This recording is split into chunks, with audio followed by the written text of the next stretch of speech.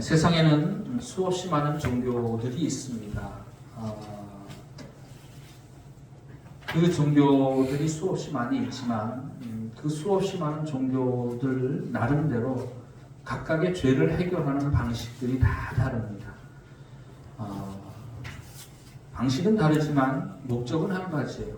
죄를 해결하고자 하는 그런 목적을 가지고 있습니다. 그리고 그 죄 문제를 해결받고 그리고 영생을 얻고자 하는, 저 천국에 가고자 하는 그런 소망들, 표현은 천국이니 극락이니 여러 가지로 표현을 종교마다 다르게 합니다만은 목적은 단 한 가지, 바로 그것이죠. 이 땅을 떠나고 난 이후에 영생을 얻고자 하는 그런 목적을 가지고 모든 종교들이 자기들이 진리라고 주장을 하고 있는 것을 보게 됩니다. 오늘 우리가 읽은 말씀에 보면 여호와 하나님이 아담과 그의 아내를 위하여 가죽옷을 지어 입히시니라 이렇게 말하고 있습니다. 가죽옷을 지어 입히시기 전에 하나님이 지으시고 하나님이 입히신 것이죠.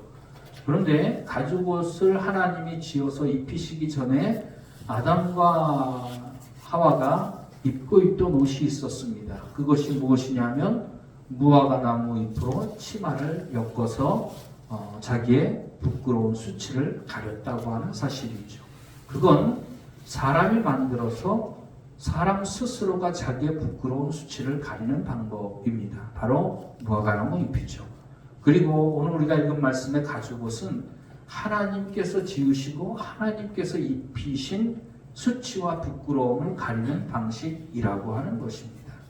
가죽옷에는 놀라운 하나님의 비밀이 숨겨져 있는 것을 보게 됩니다. 죄를 해결하는 방식 크게 나누면 인간의 방식과 하나님의 방식이 있어요.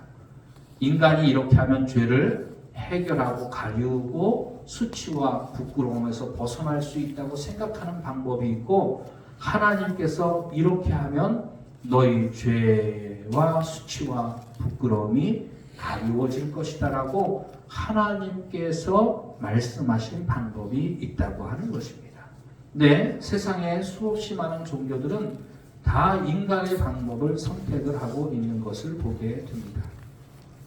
하나님께서 사람을 만드셨을 때에 사람이 이 땅에 태어날 때 전적으로 타락하고 부패한 존재로 태어났기 때문에 자기 자신이 죄인인 걸 몰라요. 그러니 당연히 그 죄에 대한 형벌이 있는 것도 모르고, 그리고 그 죄가 얼마나 무서운지도 모릅니다. 그래서 하나님께서 이 세상에 전적으로 타락하고 부패한 죄인으로 태어난 인생에게 이 땅에 태어나는 인생은 어느 누구를 막론하고 한 사람도 예외 없이 하나님이 주신 은혜가 있습니다. 그 은혜를 일반 은혜라고 부릅니다. 그러니까 하나님이 주시는 은혜에는 특별한 은혜가 있고 일반적인 은혜가 있어요. 특별한 은혜는 우리가 다 아는 것처럼 예수 그리스도를 믿고 구원받는 방식이 특별한 은혜라고 하는 것입니다. 근데 예수 그리스도를 믿고 구원받기 위해서는 우리가 반드시 알아야 하는 것이 있어요. 깨달아야 하는 것이 있습니다. 그것이 무엇이냐면 내가 죄인이라는 사실을 깨달아 알아야만 합니다. 죄인이라는 사실을 깨달아 알지 못하면 그 죄를 해결하고자 하는 마음도 없고, 그리고 예수 그리스도를 믿는 믿음을 절대로 가질 수도 없기 때문에 그렇다고 하는 것입니다. 그래서 하나님께서는 세상 모든 사람들이 예수를 믿고 구원받는 특별한 은혜를 우리에게 주셨는데, 사람들 가운데 이렇게 얘기하는 사람들이 있어요. 하나님, 나는 예수를 믿을 수 있는 기회를 가지지 못했습니다. 나는 내가 죄인인 것도 전혀 알 수 있는 기회를 가지지 못했습니다. 그런데 하나님께서 나를 죄인이라 하시고 나를 벌을 내리시는 건 부당합니다라고 따질 수 있는 사람들이 있어요. 우리 어릴 때 많이 그런 얘기들을 나누었습니다만, 그런 인간적인 핑계를 대지 못하도록 모든 사람의 입을 막고 하나님 앞에 하나님의 판단 앞에 겸손해질 수 있도록 하나님께서 이 세상에 태어나는 모든 사람에게 예외 없이 주시는 은혜가 바로 일반 은혜라고 하는 것입니다. 이 일반 은혜는 다른 말로 바꾸어 말하면 양심이라고 표현을 할 수가 있어요. 모든 사람들에게는, 이 땅에 태어나는 모든 사람들에게는 양심이 있습니다. 근데 이 양심은 자연적으로 우리가 가지는 것이 아니라 하나님께서 우리에게 주신 것이에요. 세상에 태어나는 모든 사람에게 하나님께서 양심이라는 것을 주셨어요. 그 양심이 하는 일은 세 가지가 있습니다. 첫 번째가 인식입니다. 그리고 두 번째가 판단입니다. 세 번째가 집행입니다. 우리 한번 따라해 볼까요? 인식, 판단, 집행. 이것이 무슨 뜻이냐 하면 양심이, 이 세상에 태어나는 모든 사람에게 양심이 있는데 이 양심이 있는 사람은 이 땅에서 살면서 내가 지금 행하고 있는 일을 인식을 해요. 내가 무엇을 하고 있다는 사실을 나 자신이 분명하고 확실하게 알아요. 내가 남을 때린다든지 내가 다른 사람을 미운 마음을 품는다든지 이런 사실, 내가 지금 무엇을 하고 무슨 생각을 하고 있는지를 인식하는 거예요. 안다는 겁니다. 자기 자신 스스로가 내가 지금 무엇을 하는지 분명하게 안다고 하는 것입니다. 그것이 인식이에요. 그것뿐만 아니라 내가 지금 행하거나 생각하거나 하는 것이 선한지 악한지를 판단할 수 있어요. 내가 무엇을 행하든지 그것이 선한 행동인지 나쁜 행동인지를 판단하고, 그리고 난 다음에 세 번째로 즉각적으로 뒤따라오는 것이 있는데 그것이 뭐냐면 집행의 기능입니다. 선한 일을 행했으면 보상을 주고 악한 일을 행했으면 고음을 받는 거예요. 말하자면 죄를 지었으면 즉각적으로 내 마음속에 어떤 생각이 드느냐 하면 깨름직한 마음이 드는 거예요. 마음이 안 좋고 깨름직한 그런 마음이 드는 거예요. 그게 그 인식과 판단으로 말미암아 주어지는 집행, 기능, 보상과 보응의 기능이라고 하는 것입니다. 만약에 하나님의 뜻대로 내가 무슨 일을 선을 행했다고 한다면 내 마음이 기쁘다든지 즐겁다든지 담대하고 떳떳하다든지 그런 마음속에 보상이나 보응을 주는 기능, 바로 그것이 양심이 가진 기능이라고 하는 거예요. 그러니까 모든 사람은 자기가 지금 무엇을 하고 있으며 그것이 선한지 악한지를 분명히 판단을 하고 거기에 따른 보상과 보응이 즉각적으로, 한순간에 즉각적으로 우리에게 이루어지는 것이 바로 양심의 기능이라고 하는 것입니다. 그러니까 죄를 짓고도 자기가 죄를 지은 것을 잘 모르는 사람에게 우리가 하는 얘기가 무슨 얘기를 해요? 야, 양심 좀 있어라. 양심에 털 났냐? 양심 좀 있어라. 넌 양심도 없냐? 이런 얘기를 하는 것이 뭐냐면 하나님이 이 세상에 태어나는 모든 사람에게 예외 없이 주신 거예요. 그 양심을 통해서 내가 하는 일과 내가 하는 일의 선악의 여부와 그거에 따른 도움, 마음속에 깨름직하고 두려운 마음이나 떨리는 마음이 주어진다든지 기쁘고 즐거운 마음이 주어지는 것이 양심의 기능인데 세상에 태어난 모든 사람들이 다 죄인이에요. 그러니까 행하는 것마다 죄인입니다. 그러니까 내가 무슨 일을 하는 것을 즉각적으로 알 뿐만 아니라 그것이 죄라는 사실을 알죠. 나쁜 짓이라는 사실을 알죠. 그러면 즉각적으로 마음이 괴롭고 답답하고 깨름직하고 무섭고 두려운 마음이 우리 마음속에 드는 거예요. 그걸 하나님께서 주신 이유가 무엇이냐면 바로 하나님이 인간을 구원하는 회개로 인도하기 위하여 우리에게 죄인이라는 깨달음을 주시기 위하여 양심을 허락해 주신 것입니다. 그리고 하나님께서 주신 양심은 우리를 어디로 인도하느냐 하면 예수 그리스도로 인도하고 십자가로 인도하죠. 그런데 많은 사람들이 이 길을 잘못 알고 오해해서 예수 그리스도가 아닌 다른 길을 찾아서 헤매는 것들을 보게 됩니다. 그것이 세상에 있는 수없이 많은 종교들의 모습이라고 하는 것입니다. 자기 자신이 죄인이라는 사실을 깨달아 알면 이 죄를 해결하고 이 죄의 형벌에서 벗어나고자 하는 마음이 모든 사람의 마음속에 들게 되어 있는 것이죠. 이 세상에 사는 이 세상의 모든 종교는 세 가지 의식이 있습니다. 세상의 모든 종교가 세 가지 의식이 있는데 그 첫 번째 의식은 뭐냐면 죄의식이에요. 내가 죄인이라는 의식이에요. 종교는 내가 죄인이라는 의식에서부터 생겨납니다. 그러니까 자기가 죄인이라는 사실을 알 때에 어떻게 하든지 해결할 수 있는 방법을 찾아서 만들어지는 것들이 바로 종교라고 하는 것입니다. 그렇게 죄의식이 있습니다. 그리고 죄는 반드시 형벌이 있다고 하는, 내가 심판받고 형벌받는다고 하는 심판의식이 있습니다. 그리고 거기에 따라서 그 죄와 죄에 대한 심판을 해결하고자 하는 의식이 있는데 그게 바로 무슨 의식이냐 하면 희생의식이에요. 무엇인가를 희생해서 내가 이 죄와 죄에 대한 형벌로부터 벗어나고자 하는 마음을 가지고 만들어진 게 바로 종교라고 하는 것입니다. 그래서 수없이 많은 종교들은 다 죄를 해결하기 위해서 만들어진 거예요. 그래서 어떤 종교에서는 선행을 해야만 내가 구원을 받을 수 있다고 이야기를 하죠.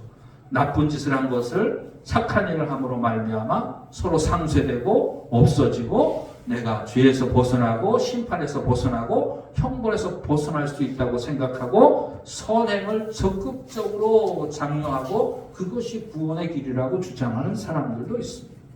어떤 사람들은 이 속세의 모든 욕심을 다 버리고 마음을 비우는 것으로 우리의 죄의 굴레에서 벗어나서 구원에 이룰 수 있다고 가르치는 그런 종교도 있습니다.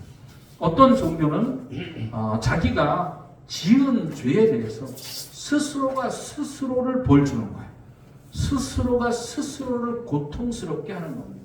채찍질을 한다든지 금식을 해가지고 자기의 몸에 고통을 준다든지 이런 방식으로 자기의 죄 문제를 해결하고자 하는 그런 종교도 있습니다. 근데 기독교 안에서도 그런 류의 방식으로 자기의 죄를 해결하고자 하는 사람들도 있는 걸 보게 돼요. 예전에 제가 텔레비전에서 언젠가 한번 본 기억이 나는데요.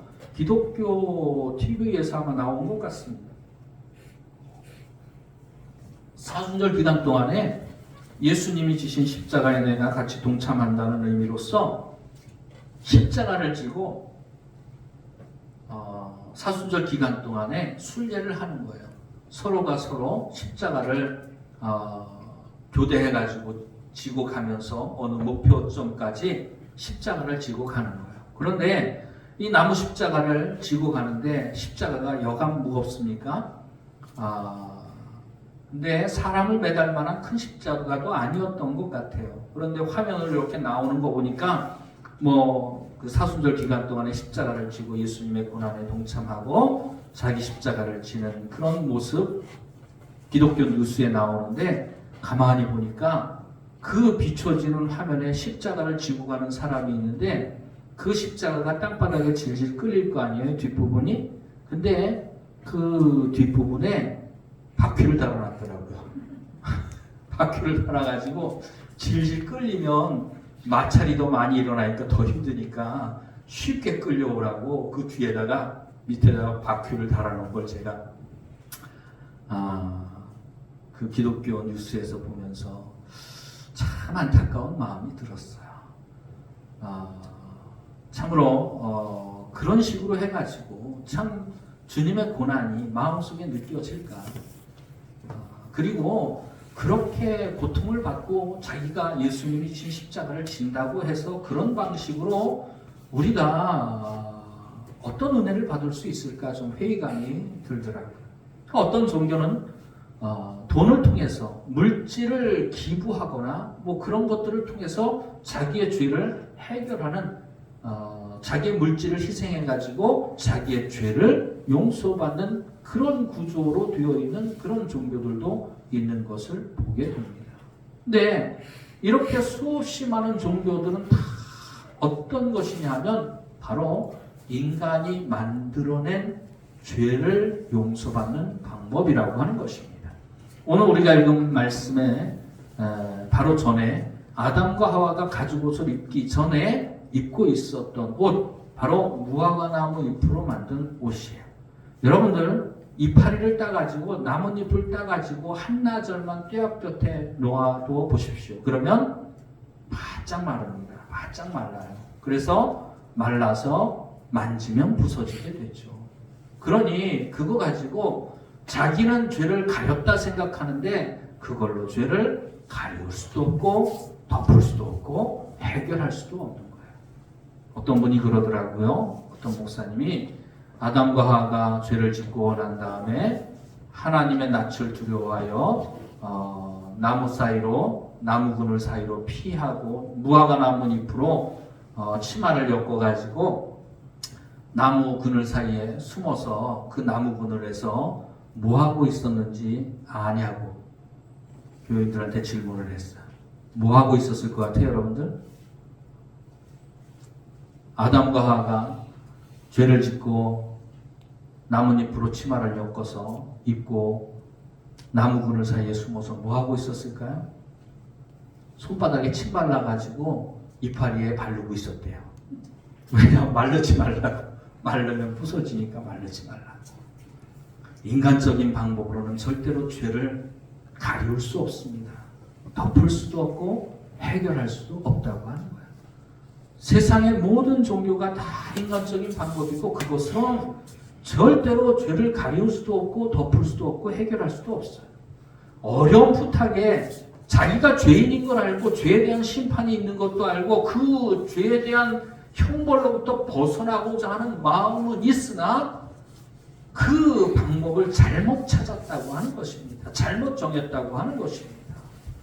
예수님께서 말씀하셨죠. 내가 곧 길이요 진리요 생명이니 나로 말미암지 않고는 아버지께로 올 자가 없느니라. 여러분, 아버지께로 간다는 말이 무슨 뜻입니까? 하나님은 거룩하십니다. 내가 거룩하니 너희도 거룩하여라. 아담과 하와가 왜 에덴 동산에서 쫓겨났습니까? 그전에는 하나님과 에덴 동산에서 같이 살았어요. 그런데 에덴 동산에서 아담과 하와가 쫓겨난 것이 무엇 때문이냐면 죄 때문이에요. 오직 너희 죄가 너희와 너희 하나님 사이를 내었고 죄가 너희와 너희 하나님 사이를 갈랐다는 뜻입니다. 갈라내었다고 하는 뜻입니다. 하나님과 우리 사이를 가로막는 건 오직 죄밖에 없어요.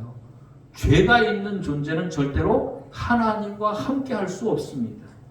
하나님과 함께 한다는 말이 임마누엘이라는 헬라말로 표현이 되잖아요. 여러분들이 다 잘 아시는 말씀 임마누엘.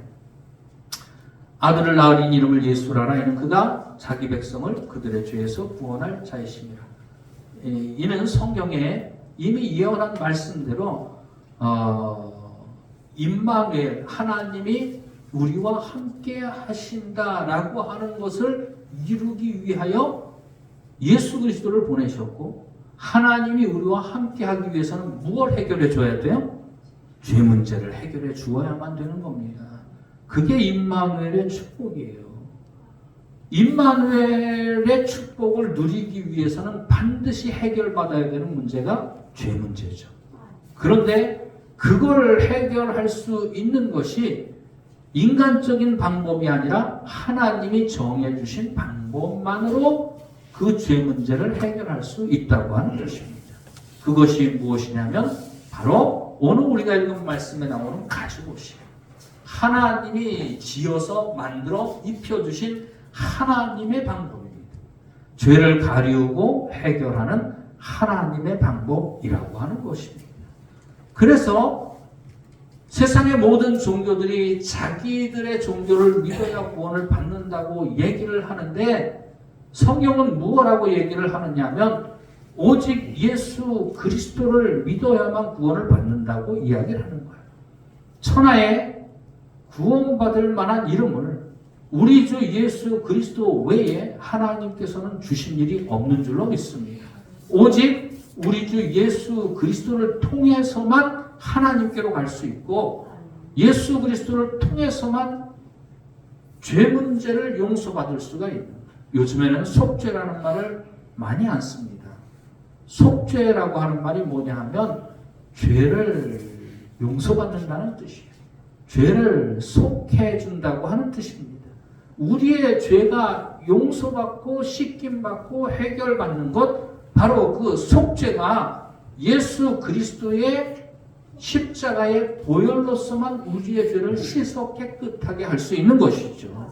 그것의 예표가 뭐냐 하면 그것을 미리 보여주신 것이 뭐냐 하면 바로 아담과 하와에게 지어 입히신 가죽옷이라고 하는 것입니다.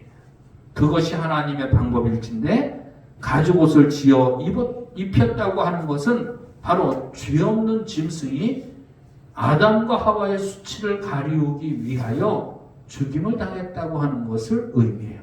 바로 피를 흘렸다고 하는 것을 의미합니다. 피 흘림이 없은즉 사함이 없느니라.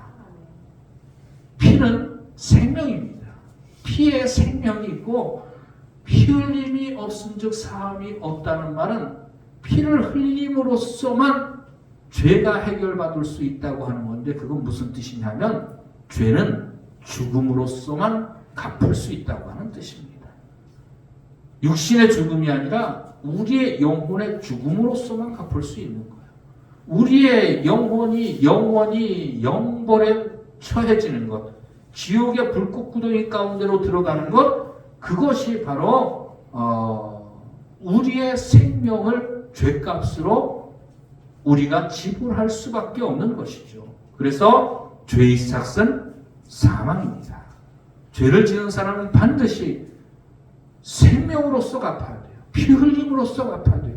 생명을 내어줌으로써 갚아야 되고 피 흘림으로써 갚아야 되는 거고 영원한 멸망으로서만이 그 죄 문제를 죄책을 죄에 대한 책임을 죽음으로써만 질 수밖에 없다고 하는 것입니다.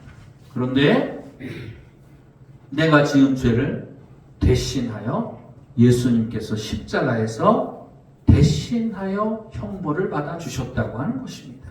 내가 받을 벌을 예수님께서 대신하여 받아 주신 것입니다. 그래서 예수님께서 나 같은 죄인이 받아야 될 벌을 대신하여 받아 주신 사실을 믿기만 하면 값없이 용서받고 구원받고 하나님의 자녀가 되고 영생을 얻고 저 천국의 소망을 가질 수 있게 된다고 하는 사실을 성경이 우리에게 분명히 증언하고 있다고 하는 것입니다. 이 가죽옷으로 표현되고 성경에는 여러 모양으로 하나님이 죄인을 구원하시는 방법이 표현되어져 있는데요. 여기저기에 나뉘어서 표현되어져 있습니다. 바로 그것 중에 하나가 오늘 우리가 읽은 말씀에 나오는 가죽옷. 짐승을 잡아서 죽이고 그 가죽으로 아담과 하와의 죄악과 수치를 하나님의 방법으로 가리워 주신 것이죠. 그리고 노아의 홍수의 방주. 이것도 바로 예표입니다. 하나님이 죄인을 구원하시는 방식입니다. 노아와 7 식구, 바로 그 모든 노아의 가족들도 하나님이 보시기에는 다 죄인이에요. 그런데 성경이 말하기를 노아는 여호와께 은혜를 입었더라. 다른 사람들은 은혜를 입지 못했는데 노아는 여호와께 은혜를 입었어요. 노아가 구원받은 게 여호와께 은혜를 입었기 때문에 구원받은 겁니다. 여러분들. 노아는 당시의 의인이라고 성경이 말하고 있지만 사람들이 볼 때 의인이지만 하나님의 눈으로 볼 때는 불꽃과 같은 눈으로 볼 때는 죄인으로밖에 하나님의 눈에 보이지 않는 거예요. 그런데 노아와 그의 7 식구가 구원을 받을 수 있었던 것은 무엇 때문이냐면 노아는 여호와께 은혜를 입었더라. 노아가 구원받은 게 하나님의 은혜 때문입니다. 은혜로 말미암아 구원받은 거예요. 너희가 그 은혜를 인하여 믿음으로 말미암아 구원을 얻었나니 이것이 너희에게서 난 것이 아니요 하나님의 선물이라. 사도 바울이 로마서에서 말하는 그 은혜로 말미암아 구원을 받은 건 우리의 공로나 우리가 행한 것으로 말미암은 것이 아니라 하나님이 선물로 주신 것입니다. 하나님께서 노아에게 방주를 만들어서 그 방주에 타는 방식을 그로 말미암아 이 땅을 홍수로 심판하시는 하나님의 심판에서 구원받을 수 있는 하나님의 방법을 노아에게 가르쳐 주셨다고 하는 사실입니다. 가죽옷도 그렇고 노아의 방주도 마찬가지예요. 모세에게 제사의 예법을 가르쳐 주었죠. 속죄를 받을 수 있는 방식으로 짐승을 잡아서 하나님 앞에 피를 흘리고 그 짐승을 번제단 위에 올려서 불태워 하나님께 바침으로 말미암아 짐승이 인간의 죄를 대신하여 죽임당하는 방식으로 하나님께서 제사를 통하여 인간의 죄를 해결하시는 방식을 성경에서 가르쳐주고 있습니다. 이건 역시도 하나님의 방법이죠. 그리고 하나님께서 마지막으로 우리에게 주신 방법이 뭐냐면 이 모든 방법들을 보여주신 건 이것을 위해서 보여주신 건데 마지막으로 하나님께서 최후로 우리에게 보여주신 완전한 하나님의 방법, 죄를 해결하는 완전한 하나님의 방법이 뭐냐면 바로 예수 그리스도라고 하는 사실인 것입니다. 하나님이 세상을 이처럼 사랑하사 독생자를 주셨으니 이는 그를 믿는 자마다 멸망치 않고 영생을 얻게 하려 하심이니라. 마지막으로 하나님께서 우리에게 보여주신 최후 확정적으로 보여주신 방법, 더 이상 다른 방법은 없어요. 모든 하나님께서 보여주시고 지시하신 방법들은 바로 이것을 위하여 하나님께서 보여주신 거고 하나님의 방법의 최후 확정은 예수 그리스도를 통해서 죄를 해결하고 용서받고 간용을 받고 구원받는 방식이라고 하는 것입니다. 성경 말씀 한번 찾아보도록 하겠습니다. 히브리서입니다. 신약성경 히브리서 1장 말씀.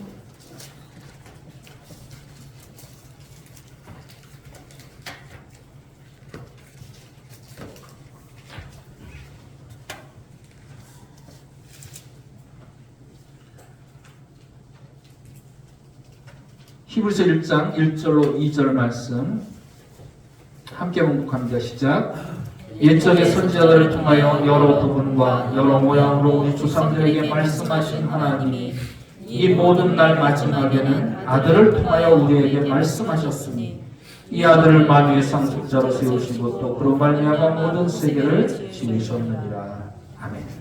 옛적의 선지자들을 통하여 여러 부분과 여러 모양으로 우리 조상들에게 말씀하신 하나님, 하나님의 방법, 죄를 해결하는 하나님의 방법을 이 모양 저 모양으로 하나님께서 우리에게 보여주셨어요. 그것이 뭐냐 하면 가죽옷이고 노아의 방주고 그리고 모세에게 주신 희생의 제사, 속죄의 제사의 방법이죠.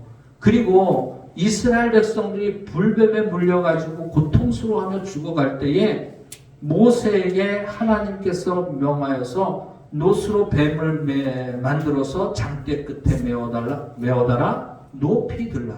그것을 보는 자마다 살 것이다. 그 놋뱀, 만들어진 놋뱀을 보는 자마다 다시 살 것이다 했을 때에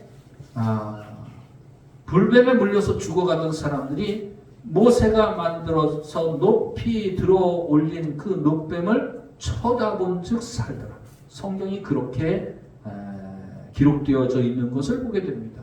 이 모든 방법들이 뭐냐 하면 옛적에 하나님께서 선지자들 통하여 여러 부분과 여러 모양으로 말씀하신 하나님의 죄를 해결하는 구원의 방식이라고 하는 것입니다. 그러나 이 모든 것들은 불완전한 것들이고 무엇을 위하여 하나님께서 이것들을 보여주신 거냐면 바로 예수 그리스도의 십자가의 보혈로 죄를 해결하는 방식을 우리에게 보여주시기 위하여 맛보기로 조금씩 보여주신 것들이죠. 그리고 옛적의 선지자들을 통하여 여러 부분과 여러 모양으로 그렇게 죄를 해결하는 하나님의 방식을 보여주신 하나님께서 이 모든 날 마지막, 히브리서 1장 2절 말씀에 나오죠. 이 모든 날 마지막에는 아들을 통하여 우리에게 말씀하셨으며, 그게 무슨 뜻입니까? 이 모든 날 마지막 최후의 완전한 방법, 죄를 해결하는 하나님의 방법으로 누구를 우리에게 주셨다고 하는 겁니까? 바로 예수 그리스도를 주셨다고 하는 것입니다. 그래서 우리가 예수를 믿어야 되는 거예요. 그래서 예수를 믿어야만 구원을 받을 수 있는 거고, 그래서 예수를 믿어야만, 예수를 믿는다는 뜻이 무엇입니까? 죄 없으신 예수님이 죄인인 나를 대신하여 십자가에서 죽으시고 부활하셨다는 사실을 믿는 거예요. 예수님이 나를 대신하여 십자가에 죽으심으로 그 보배로운 피를 흘려 내 모든 죄를 씻기시고 사하시고 덮으시고 가리워 주셨다는 사실을 믿는 거예요. 그리고 예수 그리스도께서 장사한 지 사흘 만에 죽은 자들 가운데서 다시 살아나심으로 말미암아 나 같은 사람에게 거듭남과 영생의 소망을 허락해 주셨다는 사실을 우리가 믿는다는 것입니다. 예수를 믿는다는 것이 바로 그거예요. 예수의 피가 내 죄를 씻는다는 사실을 믿는 거예요. 그것이 우리에게 주신 하나님의 유일하신 방법이고, 마지막 이 모든 날 마지막에 최후 확정적으로 완전하게 죄를 씻는 방법으로 하나님께서 우리에게 주신 방법이라고 하는 것입니다. 이 예수를 믿으시기를 바랍니다. 예수의 피가 내 모든 죄를 내가 그 어떤 방법으로도 가리울 수도 없고 숨길 수도 없고 감출 수도 없고 해결할 수도 없는 이 죄, 오직 예수 그리스도의 피가 우리의 모든 죄를 씻어 주실 줄로 믿습니다. 예수님께서 이 땅에 오신 목적이 무엇입니까? 이는 그가 자기 백성을 그들의 죄에서 구원할 자이심이라. 우리를 죄에서 구원하실 뿐만 아니라, 죄에서 구원하신다는 말은 죄로 말미암은 죄의 형벌 가운데서 구원해 주시고 죄를 이기며 살 수 있는 능력을 우리에게 주신다고 하는 의미를 가지고 있는 거예요. 그리고 그 죄를 용서받은 이후에 영원한 천국을 우리에게 허락해 주신다는 의미를 가지고 있는 거예요. 이 예수를 믿는 믿음이 우리 모두에게 있기를 주의 이름으로 축원을 드립니다. 인간적인 방법으로는 절대로 죄를 해결할 수 없어요. 하나님의 방법만이 하나님 앞에서 우리의 죄를 해결할 수 있고, 하나님과 함께 임마누엘의 축복 이 땅에서 누릴 뿐만 아니라 이 땅을 떠나서 영원히 주님과 함께 살아가는 그 축복을 누릴 수 있는 줄로 믿습니다. 바로 이 예수 그리스도를 믿는 그 믿음으로 말미암아 구원의 확신 가운데 날마다 날 구원해 주신 그 기쁨 가운데에 살아갈 수 있는 저와 여러분이 되어지기를 주의 이름으로 축원을 드립니다. 기도드리시겠습니다.